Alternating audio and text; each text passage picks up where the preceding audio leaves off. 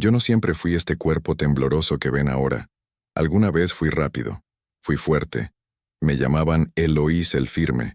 Sabía manejar un tractor sin frenos en bajada, levantar vigas con las manos desnudas, memorizar listas de inventario completas sin anotar una sola palabra.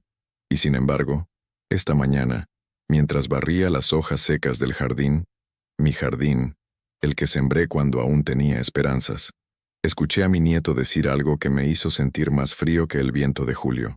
Este viejo inútil vive aquí desde que murió la abuela. Come, duerme y ocupa espacio, pero no sirve para nada. Eso dijo. Mi nieto, el mismo niño al que le fabriqué su primer caballito de madera, el mismo que dormía sobre mi pecho cuando tenía miedo de las tormentas. Ese mismo, ahora me llama viejo inútil. Me quedé quieto, tan quieto que por un segundo creí que me había convertido en estatua. El palo de la escoba en mi mano parecía más firme que mis piernas. No hice ruido, ni un suspiro. Él no sabía que lo había escuchado, y quizá por eso dolió más, porque lo decía con sinceridad. Cuando uno envejece, se vuelve un mueble, de esos que no se botan porque tienen valor sentimental, pero que nadie quiere limpiar. Desde que mi esposa, Clara, partió, me mudé con mi hija Arlina. Fue idea suya, o eso creí.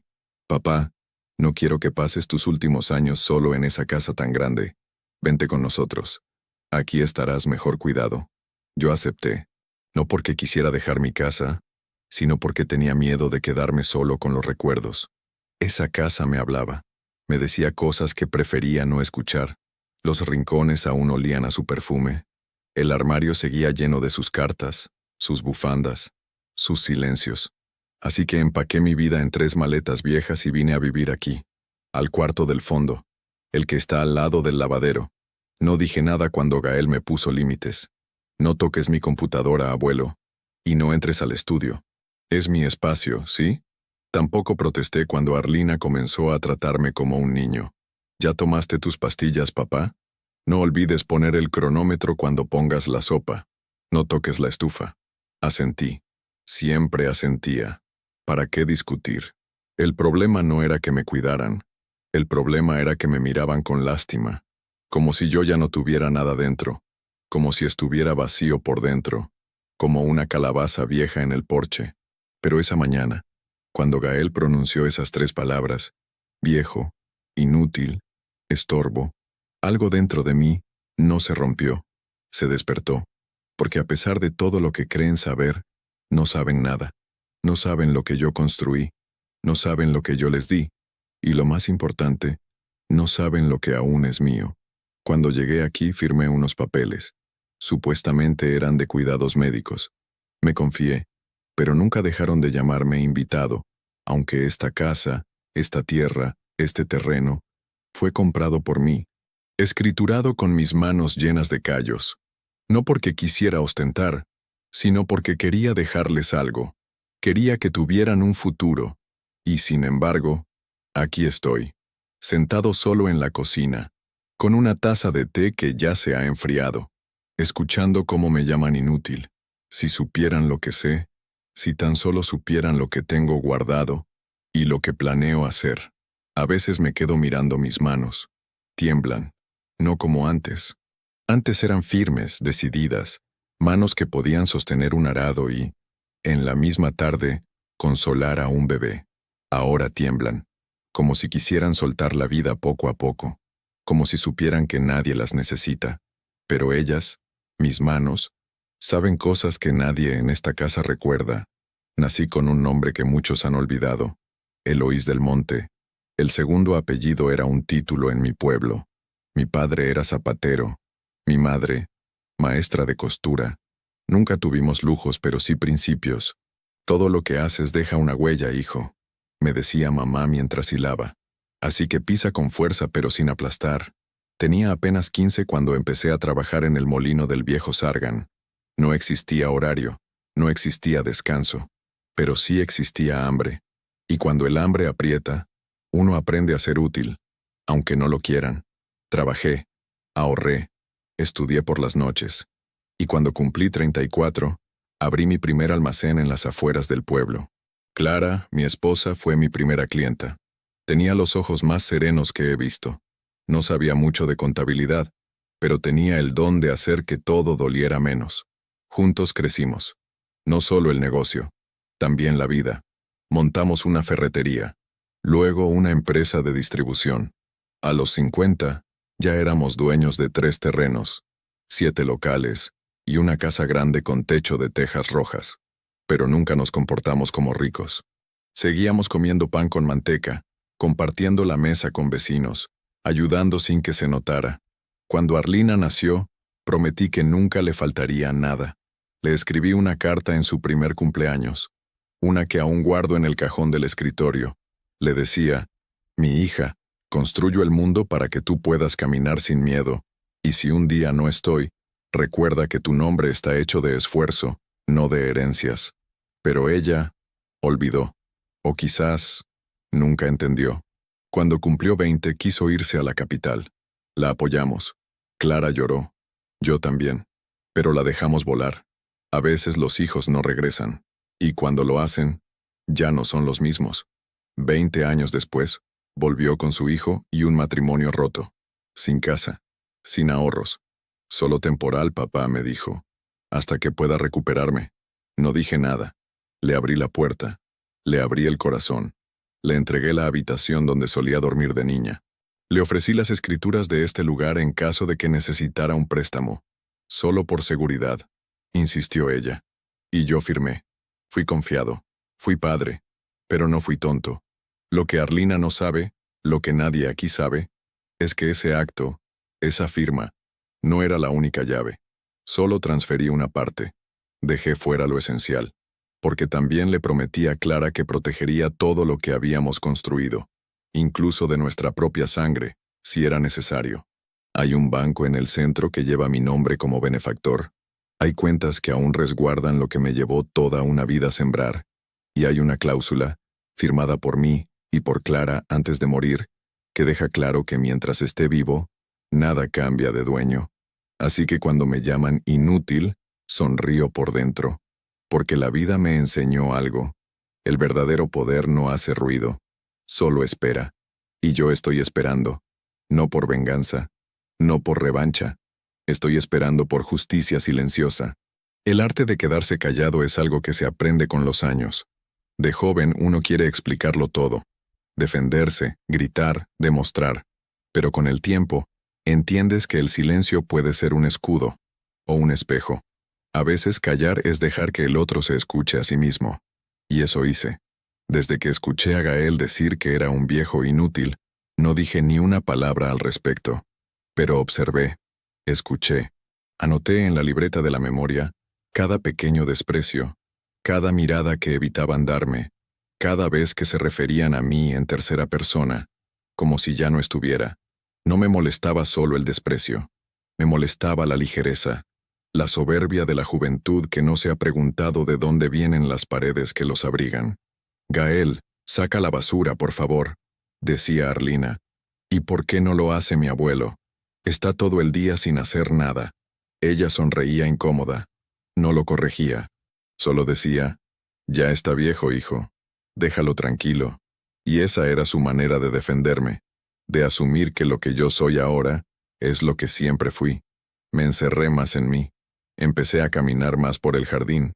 Volví a leer mis libros de cuentas antiguas, los que guardo en una caja con el logo descolorido de la empresa que fundé con Clara.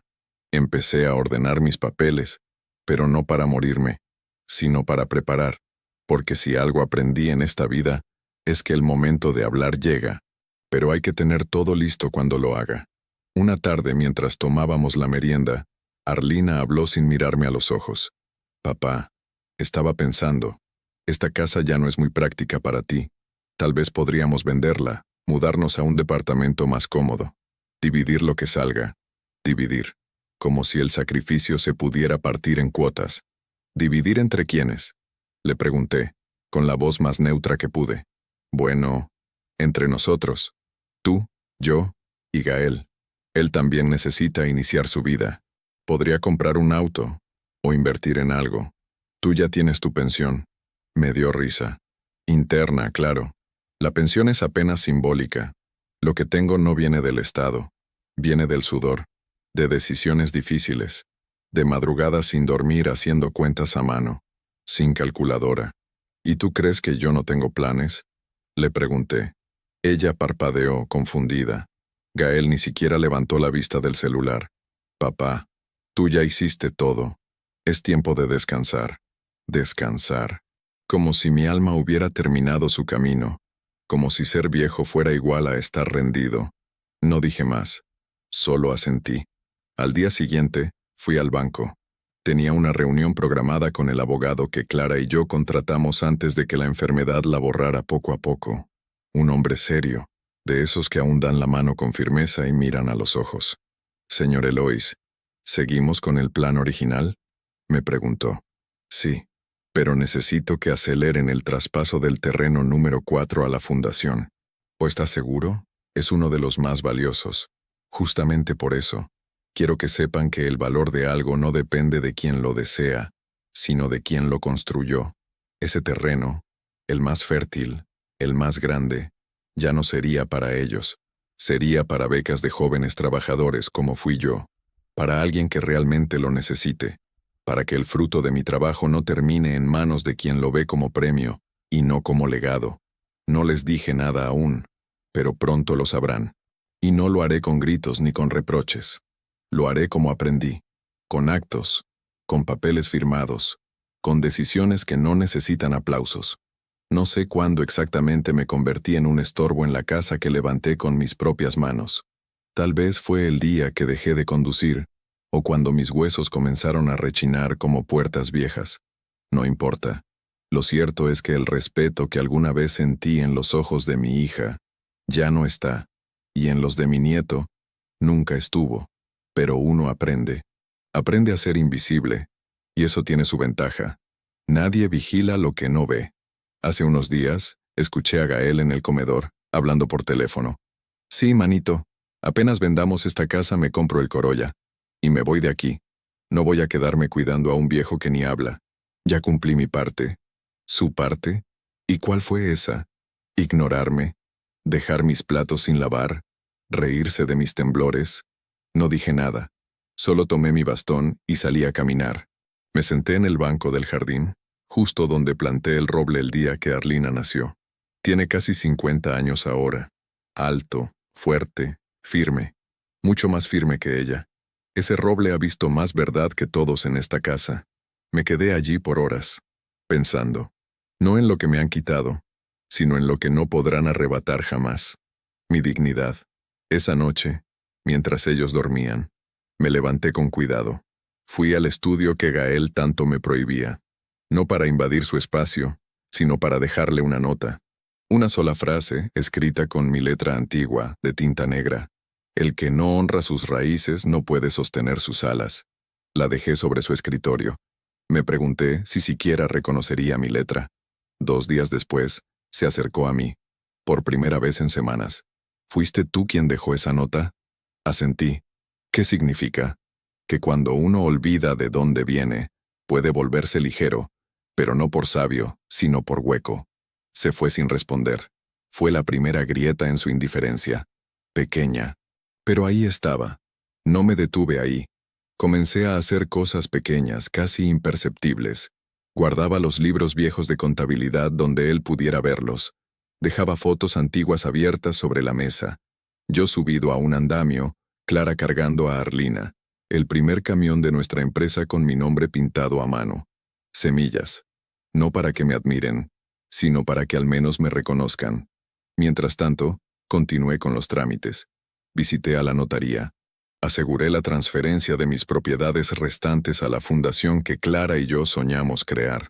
Dejé claro que, cuando yo parta, nada de esto quedará en manos de quienes no saben el valor de un ladrillo puesto bajo el sol. El abogado me preguntó, ¿quiere dejar algún mensaje en el testamento? Sí, le dije. Uno solo. Los frutos no son para quien se sienta a la sombra, sino para quien planta, riega y espera bajo el sol. Volví a casa. Nadie notó que había salido. Y así empecé a vivir mi venganza más silenciosa. Ser útil, en secreto. Cada día, organizaba documentos, clasificaba fotos, Escribía cartas para personas que realmente me recordaban con cariño. Vecinos, antiguos empleados, compañeros del sindicato. Les contaba que aún los tenía en el corazón, que algo de lo que dejo también es para ellos. En cambio, dentro de esta casa, el desprecio seguía como ruido de fondo. Abuelo, ¿te puedes apurar? El almuerzo se enfría y no podemos esperar media hora a que bajes las escaleras.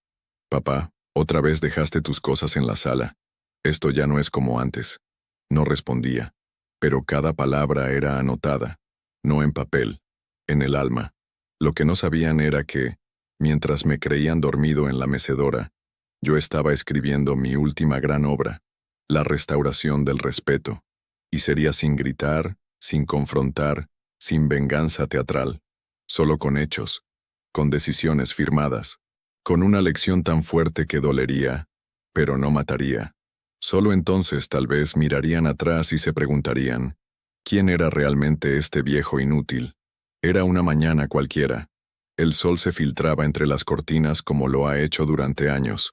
Pero ese día, algo en el aire se sentía distinto. Una tensión sorda, como si las paredes escucharan, como si supieran lo que estaba por suceder. Bajé las escaleras lentamente, como siempre. Gael estaba en la cocina, con sus audífonos colgados del cuello, desayunando cereales que ni siquiera miraba. Arlina revisaba algo en su computadora con el ceño fruncido. «Buenos días», dije. Nadie respondió. Me senté. Abrí mi pan con queso. Comí en silencio, hasta que escuché el golpe seco del teclado. «Esto no tiene sentido», murmuró mi hija. «¿Qué pasa?», preguntó Gael. «El terreno del campo ya no está a mi nombre, ni al tuyo. Lo transfirió. Él lo transfirió». Levanté la vista y la miré por primera vez en semanas. La vi pálida, los labios apretados, el orgullo herido, no por la pérdida, sino por no haberlo previsto. «¿Qué hiciste, papá?», me preguntó, con esa voz que mezcla miedo y rabia. «Lo que debía», respondí. Gael golpeó la mesa con la mano. «¿Cómo que lo que debías? Ese terreno era nuestro plan, nuestro futuro». Lo miré. Por primera vez, vi en sus ojos que sabía quién era yo. Ya no era el mueble viejo. Era el hombre que podía mover las piezas del tablero sin que nadie lo notara. «No es nuestro. Nunca lo fue. Lo que no se honra, no se hereda». Arlina se levantó. «No tenías derecho, firmaste todo. Dijiste que confiabas en mí». «Confié, pero no soy ciego». El silencio se volvió denso. Gael salió de la cocina, bufando. Arlina se quedó allí, de pie, como si de pronto recordara al padre que una vez admiró, y no al anciano que apenas saludaba. No dije más. Volví a mi cuarto. Cerré la puerta. Respiré profundo. Era la primera vez en años que me sentía completamente vivo. Había empezado. Ese mismo día sonó el teléfono del fijo. No suelo contestar, pero esta vez lo hice. «¿Señor Eloís del Monte?» «Sí. Llamamos de la Fundación Clara Esperanza. Queremos confirmarle que la beca Raíz Fuerte fue aprobada. Es usted un hombre generoso». Colgué con una sonrisa. La beca estaba destinada a jóvenes sin recursos que quisieran emprender un negocio propio, como lo fui yo, como Clara creyó que podía cambiar el mundo, uno por uno. Esa noche, Gael no me dirigió la palabra. Arlina tampoco, pero sus pasos en la casa eran distintos, más cortos, más apurados. Sabían que no podían controlar algo que nunca les perteneció realmente, y ahí entendí algo importante. El verdadero castigo para quienes desprecian no es perder lo material, es descubrir que nunca tuvieron el control. Días después, el cartero dejó un sobre. No traía remitente visible, pero reconocí el sello del banco. Dentro, había una copia del traspaso legal del segundo terreno a nombre del municipio. Será convertido en un centro comunitario para adultos mayores, con mi nombre en la entrada, no como monumento, sino como símbolo. En la cena, dejé el sobre la mesa. «¿Qué es eso?», preguntó Gael sin mirarme. «Un regalo, para los que sí valoran a los viejos inútiles». Arlina lo abrió. No dijo nada. Solo tragó saliva. Gael se fue antes de terminar su plato. Esa noche no dormí, no por remordimiento, sino por memoria. Recordé cuando Clara me decía, no te preocupes si nadie aplaude lo que haces, Eloís.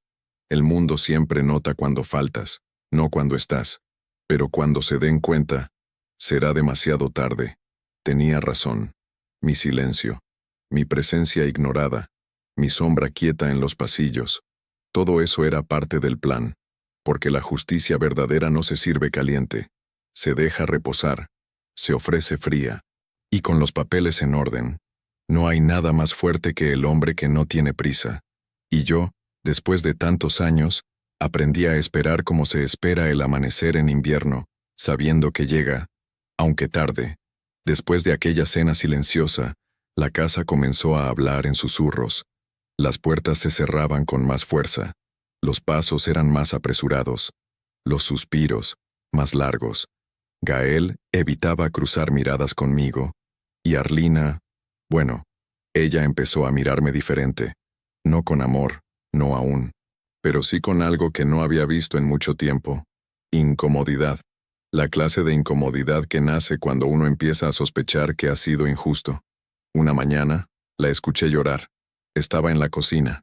No hice ruido. Solo me apoyé en el marco de la puerta y la vi, temblando, con una taza entre las manos. Todo lo hice mal, murmuraba. Todo mal. No dije nada. No era momento de consolarla. A veces el arrepentimiento necesita su propio silencio para germinar. Pasaron los días. Gael, en cambio, se volvió más áspero. Un domingo, cuando no encontró sus zapatillas donde las había dejado, gritó con furia. Seguro que el viejo las movió otra vez. No fue él, Gael, respondió Arlina desde el comedor. Fui yo. Estaban mojadas. Él se giró y la miró como si no la reconociera. ¿Desde cuándo lo defiendes? Desde que me di cuenta de que me olvidé de quién era mi padre. Silencio. Un silencio profundo, incómodo, pero necesario. Esa misma tarde, me pidió hablar. Fuimos al jardín. Nos sentamos bajo el roble que ella vio crecer sin entender lo que significaba. Papá, no puedo pedirte perdón, porque no sé si lo merezco. No se trata de merecer, le dije. Se trata de ver, y ahora estás empezando a ver. Lloró, por años de indiferencia, por frases lanzadas al viento que ahora regresaban como cuchillas. Me pidió que no la sacara de mi testamento, que al menos dejara algo para Gael. No quiero que te odie cuando ya no estés. La miré con ternura. Le acaricié la mano con la punta de los dedos. No quiero que me recuerden por lo que les dejé, sino por lo que fui. Esa frase la dejó sin aire. Me preguntó por qué no les había dicho nada antes. ¿Por qué no había gritado, reclamado, golpeado la mesa? Sonreí. Porque ustedes ya tenían todo el ruido. Yo solo necesitaba hacer el eco. Pasaron semanas así. Arlina comenzó a cambiar. Me servía el té caliente. Me escuchaba. Me pedía consejos sobre el trabajo. A veces me mostraba fotos viejas y me pedía que le contara quiénes eran los de la imagen. La vi intentar. Tropezar con su propia culpa. Pero intentar. Gael, en cambio, se volvió tormenta. Un viernes, mientras Arlina preparaba la cena, él lanzó su mochila sobre el sofá y gritó: «Estoy harto. Esta casa ya no es mía, ni siquiera tengo un futuro claro. Todo porque él decidió regalarlo todo. Basta, Gael», gritó Arlina. «No se trata de lo que perdiste. Se trata de lo que nunca supiste valorar». Yo observaba desde la mesa, no con ira, sino con una tristeza profunda. No por el grito, sino por el alma detrás de él. Gael salió, dio un portazo. Arlina se sentó a mi lado. Lloró en silencio. Esta vez sí le tomé la mano. Era mi hija. Por más errores que cometiera, era parte de mi historia. Y uno no borra las raíces, solo las poda. Esa noche, me levanté a la medianoche. Caminé hasta el estudio de Gael. No entré. Solo dejé otra nota en el picaporte. Cuando te falte todo, recuerda que lo tuviste. Cuando lo tengas todo, recuerda que alguien lo construyó. Me volví a acostar. No sé si la leyó, pero desde esa madrugada, dejó de gritar. Ya no me llamaba por mi nombre, pero tampoco por el viejo. Y eso ya era un primer paso. Los años me han enseñado que la verdadera herencia no está en el papel, ni en las tierras, ni en el dinero que uno deja. Está en las historias que contamos. en las lecciones que sembramos en el corazón de quienes aún quieren escuchar. Cuando Clara y yo firmamos los últimos documentos, supe que eso no era el final, era el comienzo de algo más grande. Por eso, decidí preparar algo especial, no para mi hija ni para mi nieto. Para ellos también, claro, pero para cualquiera que necesite recordar que detrás de cada viejo inútil hay un universo de luchas, sueños y silencios. Escribí una carta, no una cualquiera, una carta donde contaba mi vida entera, mis errores, mis aciertos, mis pérdidas, las veces que pensé que todo había terminado y las veces que decidí levantarme. La dejé en un sobre rojo, con mi nombre en la tapa, junto a la foto de Clara en la mesa del estudio. Sabía que encontrarla sería un choque para Arlina, un puente entre el pasado y el presente.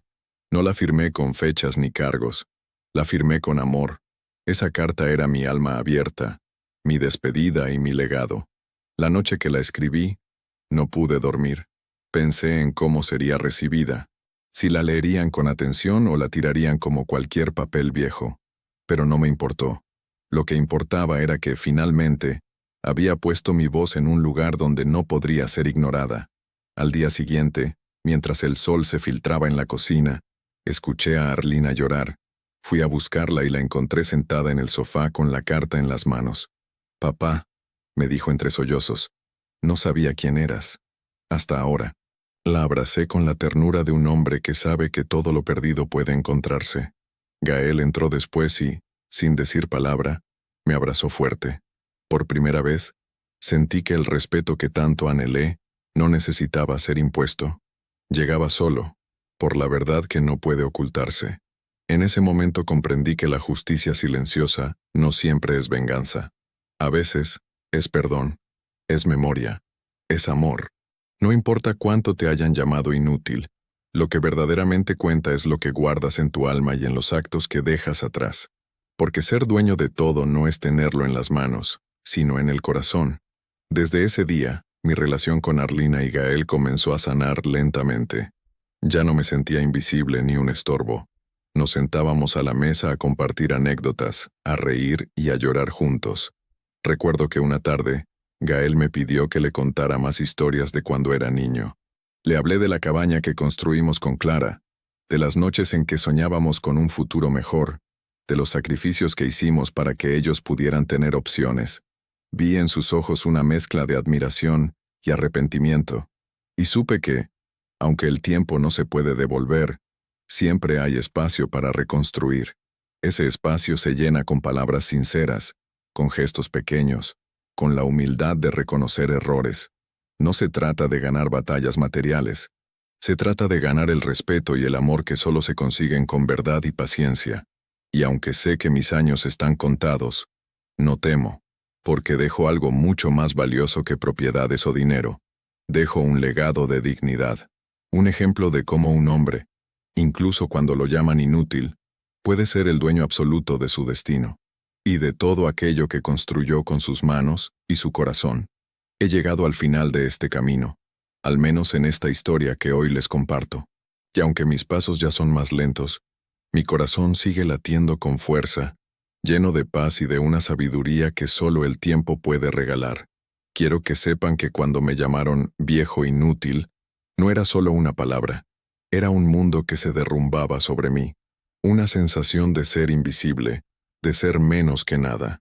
Pero aprendí que la verdadera medida de un hombre no está en la mirada de otros, sino en la verdad que sostiene su alma. Ser dueño de todo no significa tener propiedades, ni títulos, ni riquezas. Ser dueño de todo es tener el poder de decidir quién eres, a pesar de los desprecios y las ausencias. Es conservar tu dignidad, tu historia, tu amor propio, y dejar una huella que ni el tiempo podrá borrar. Cuando ustedes vean a un anciano, no piensen que es un estorbo o un peso.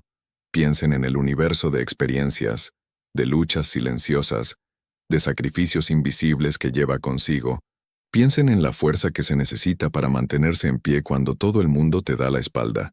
Mi legado no es el terreno que cedí, ni las cuentas que protegí con papeles y cláusulas. Mi legado es esta enseñanza, que no importa cuán oscura sea la noche, Siempre hay un amanecer esperando para aquellos que no se rinden. A ustedes que me escuchan, les dejo una pregunta para que lleven consigo. ¿Qué clase de dueño quieren ser de sus propias vidas? ¿Uno que se deja arrastrar por el desprecio y la indiferencia?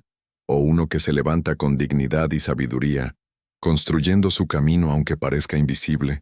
No permitan que nadie les haga sentir inútiles, porque no hay nada más útil que un corazón que ama, que perdona y que sabe esperar.